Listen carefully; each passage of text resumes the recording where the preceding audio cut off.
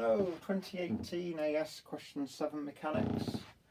Okay, I've just realised that I just recorded the whole thing and then the camera wasn't set on video, it was just set on photo, so I'm going through the whole thing again.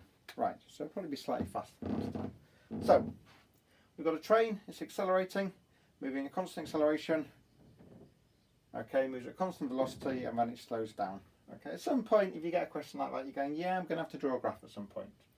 Okay, we don't have to do it straight away because part 1 says find the value of a constant velocity. So it accelerates and then it moves at constant velocity. So we're looking at the initial acceleration. Okay, it starts at rest, so u equals 0. The acceleration is 0.3 meters per second. And it does that for 80 seconds. And we need to know the velocity it gets to. So that's v, final velocity.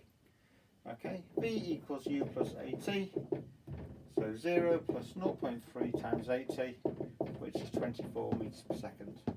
Okay. Part 2 says, how long is it decelerating for? The time for which it's decelerating. Well, it starts at 24, so u is 24. It goes down to rest, so v equals 0. The acceleration is minus 0.5 meters per second squared. It's slowing down. Okay, and we need to know the t. So again, using v equals u plus at, 0 equals 24 minus 0.5 t. Rearrange it, so add the 0.5 t, so we get 0.5 t equals 24, which just gives us t equals 48 seconds. Okay. Part 3 is sketch the velocity time graph. I'm going to draw that at the top, so I'm going to get rid of all this, just because we're going to need that for part B. So, right.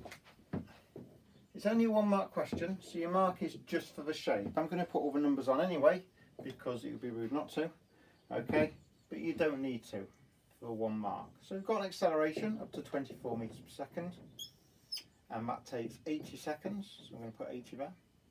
Okay, it goes along at a constant velocity, we don't know how long for, and when it slows down, the deceleration is stronger than the acceleration, so it's a steeper line down than there. Okay. I don't know what that time is, but I do know that that's 48 seconds.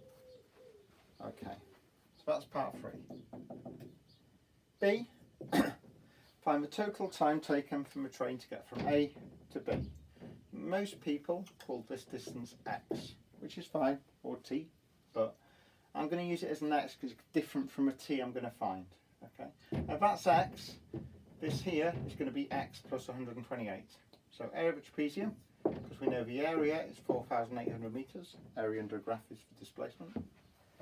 Okay, so we get x plus 128 divided by 2 times by the height, 24, equals 4,800. Okay, x plus 128 divided by 2 is x plus 64. You divide by 24 because it's fairly straightforward, you get 200.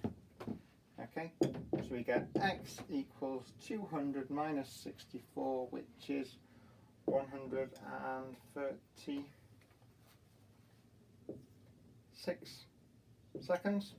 So that's 136. We need the total time though, so I need this length here, which is my x plus 128. So total time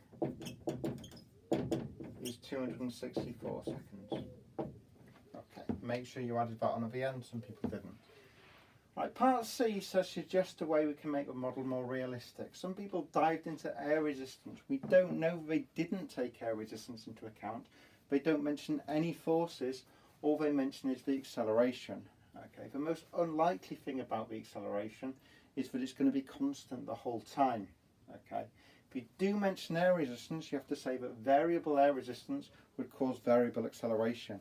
But you're getting a bit confusing there and you're sort of dicing with not getting the marks for not putting exactly what the examiner wants if you are mentioning air resistance. So something very simple like it's unlikely the acceleration will be constant, or it's unlikely the deceleration will be constant. If you want to be a bit cleverer, you could say, okay, it's unlikely that the acceleration would go from a constant acceleration to no acceleration straight away and there'd be a curving off of the graph as it reaches top speed or something like that.